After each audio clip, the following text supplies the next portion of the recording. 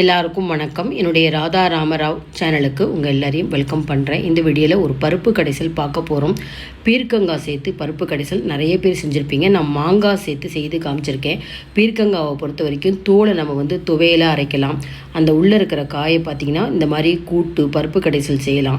அடுத்தது உங்களுக்கு பஜ்ஜி கூட செய்வாங்க. இந்த பீர்க்கங்காயில் ரொம்ப ஹெல்த்தியான ஒரு ரெசிபிங்க. வெங்காயம் பூண்டு தவிர்த்துட்டு செஞ்சு காமிச்சிருக்கேன். வெங்காயம் பூண்டு வேணால் தாராளமாக நீங்கள் சேர்த்து செய்யலாம். சப்பாத்திக்கும் சாதத்தில் பிசைஞ்சு சாப்பிடவும் ரொம்பவே நல்லாயிருக்கும். ஈஸியாகவும் செய்யலாம். இந்த ரெசிபி எப்படி செய்யலாங்கிறத பார்க்குறதுக்கு முன்னாடி இது வரைக்கும் என்னோடய சேனலுக்கு சப்ஸ்கிரைப் பண்ணாத வியூவர்ஸ் சப்ஸ்கிரைப் பண்ணி சப்போர்ட் பண்ணிகிட்டே இருங்க. பீர்க்கங்காய் பருப்பு கடைசலுக்கு பார்த்தீங்கன்னா ஒரு 400 கிராம் அளவுக்கு நான் பீர்க்கங்காய் எடுத்திருக்கேன். நல்லா பிஞ்சாக இருக்கணும், அப்போ தான் நல்லாயிருக்கும். முக்கியமாக தோல்லாம் எடுத்தப்புறம் பார்த்திங்கன்னா ரொம்ப கொஞ்சமாகவே இருக்கும். அதனால் 4 பேர் சாப்பிடணும் அப்படின்னா 1/2 கிலோ பீர்க்கங்காய் கண்டிப்பாக தேவை. பாருங்களேன், நறுக்குனப்புறம் காமிக்கிறேன். ரொம்ப விதைகள் இருக்கக்கூடாது, அப்போ தான் நல்லாயிருக்கும். இப்போ இந்த பீர்க்கங்காய்க்கு பார்த்திங்கன்னா நான் எப்போதுமே துவரம்பருப்பு மட்டும் சேர்த்து இந்த பருப்பு கடைசல் பண்ணுவேன். ஆனால் இப்போ ஒரு கரண்டி சாம்பார் கரண்டி அளவுக்கு பாசி பருப்பும் அதே அளவு துவரம்பருப்பு 2 சேர்த்து செய்கிறப்ப ரொம்ப நல்லாயிருக்கும்.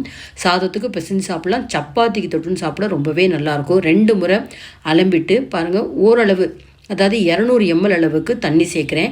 பீர்க்கங்காயும் நிறைய நீர்த்தன்மை இருக்கிறதுனால ரொம்பவே கரெக்டாக இருக்கும். பீர்க்கங்காயும் அந்த ப்ரெஷர் ஃபேனில் பருப்போடு சேர்த்தாச்சு.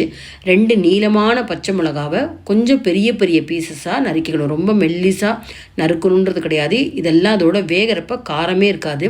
நல்ல பெரிய தக்காளி, ஒரு தக்காளி, அதையும் ஓரளவு சின்ன சின்ன பீஸாக நம்ம கட் பண்ணிக்கலாம். எப்போதுமே தக்காளி இந்த மாதிரி எடுத்து நறுக்கிறப்ப அந்த காம்பு பகுதியில் இருக்கிற மஞ்சளான பகுதியை எடுத்துட்டு அதுக்கப்புறம் நம்ம தக்காளி நறுக்கணும். இப்போ எல்லா தக்காளி நறுக்கி அதையும் நம்ம குக்கர்லேயே அந்த காயோடு சேர்த்துக்கலாம். ஒரு சின்ன ஸ்பூனால் 1/2 டீஸ்பூன் மஞ்சள் பொடி சேர்த்துட்டு அப்படியே நம்ம ப்ரெஷர் பேனில் போட்டு மூடி 2 விசில் வேக விட போகிறோம். இந்த மாதிரி நம்ம செய்கிறப்பே சின்ன நெல்லிக்காய் அளவு புளியும் ஊற வச்சுக்கலாம். நான் மாங்காய் சீசனில் புளிப்புக்கு மாங்காய் சேர்த்து எப்படி இந்த பருப்பு கடைசல் பண்ணலாம் அப்படின்னு ஆல்ரெடி வீடியோ போட்டிருக்கேன். லிங்க் ஒரு டிஸ்கிரிப்ஷன் பாக்ஸில் தரேன். இப்போ மாங்காய் சேர்க்காமல் புளிக்கரைசல் வச்சு செய்ய போகிறேன். 2 விசில் நான் அதை வேக வச்சப்புறம் காமிக்கிறேன். குக்கரில் 2 விசில் ஸ்டீம்லாம் ரிலீஸ் ஆனதுக்கப்புறம் இப்போ பாருங்கள், திறந்து பார்ப்போம். பருப்புகளும் இதுவும் ரொம்ப குழஞ்சு போகாமல் அந்த பருப்புகள் முக்கியமாக வேகணும். அதனால் 2 விசில் வேக வச்சா போதும். தண்ணி அளவு ரொம்ப கரெக்டாக இருக்கும். பீர்க்கங்காய் நிறைய தண்ணி ரிலீஸ் ஆகும். இப்போ அந்த தக்காளியெல்லாம் நல்லா குழசலாக வெந்திருக்கு. பச்சை மிளகாய் போட்டதே தெரியாது, காரமும் இருக்காது.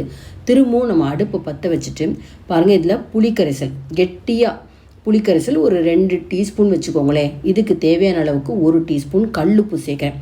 நல்லா இதெல்லாம் சேர்ந்து கொதிக்கணும்.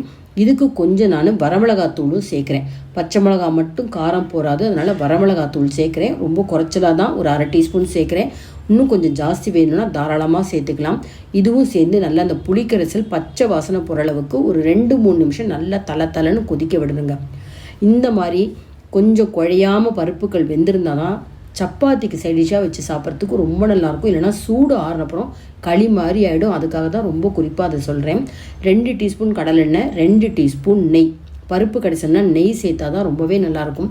தாளிதம் நிறைய போடணும். கடுகு, ஜீரகம், உளுத்தம்பருப்பு, கடலைப்பருப்பு எல்லாமே ஒரு டீஸ்பூன் சேர்த்து நல்லா பொரிச்சதுக்கப்புறம் கருவேப்பிலை, திரும்பவும் 2 வரமிளகா போடுறேன்.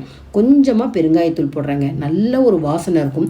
நீங்கள் தாராளமாக பூண்டு வேணும்னா பூண்டு, வெங்காயம் எல்லாம் வதக்கி சேர்த்துக்கலாம். நான் பூண்டு வெங்காயம் சேர்க்காம செஞ்சு காமிச்சிருக்கேன். பொடியாக நறுக்குன கொத்தமல்லி நல்லா தூவிட்டு நல்லா மிக்ஸ் பண்ணுங்கள். சூடு ஆறினப்புறம் ரொம்ப கெட்டியாக இருக்காது. நீங்கள் எலுமிச்சம்பழம் ஜூஸ் கூட புழிஞ்சிக்கலாம், புளிக்கரைசலை தவிர்த்துட்டு. இல்லைனா மாங்காய் சேர்க்குறதா இருந்தால் இந்த பீர்க்கங்காவோடையே மாங்காவையும் பொடியாக நறுக்கி சேர்த்துட்டா நம்ம எலுமிச்சம்பழம் ஜூஸோ புளிக்கரைசல் எதுவும் சேர்க்க வேண்டாம். பாருங்களேன், பார்க்குறதுக்கு எவ்வளோ நல்லாயிருக்கு பார்த்தீங்களா. சூடான சாதத்தில் நெய் விட்டு பிசைஞ்சு சாப்பிட்றதுக்கு நல்லாயிருக்கும். சப்பாத்திக்கு செடிஷாக வச்சு சாப்பிட்றதுக்கு நல்லாயிருக்கும். மீந்து போயிருந்தால் ஒரு கப்பு நிறையா வச்சுட்டு அப்படியே ஸ்பூனால் வச்சு சாப்பிட்லாங்க. ரொம்ப ஹெல்த்தியான ரெசிபி. பாசிப்பருப்பு ரொம்ப உடம்புக்கு நல்லது. பீர்க்கங்காவும் ரொம்பவே நல்லது. டெலிவரியான லேடிஸ்க்கு கண்டிப்பாக இந்த மெத்தடில் பாசிப்பருப்பும் பீர்க்கங்காவும் சேர்த்து இந்த டிஷ்ஷை செஞ்சு கொடுங்க. இந்த வீடியோ உங்களுக்கு ரொம்பவே பிடிச்சிருந்ததுன்னா லைக்ஸ் கொடுங்க. கமெண்ட் பாக்ஸில் உங்கள் கமெண்ட்ஸ் போடுங்க. உங்கள் ஃப்ரெண்ட்ஸ் அண்ட் ரிலேட்டிவ்ஸ்க்கு கண்டிப்பாக இந்த வீடியோவை ஷேர் பண்ணுங்கள். சப்ஸ்கிரைப் பண்ணாத வியூவர்ஸ் சப்ஸ்கிரைப் பண்ணி பக்கத்தில் இருக்க பெல் பட்டன் ப்ரெஸ் பண்ணிங்கன்னா நான் போடுற புது வீடியோ நோட்டிஃபிகேஷனாக கிடைக்கும். Thank you viewers.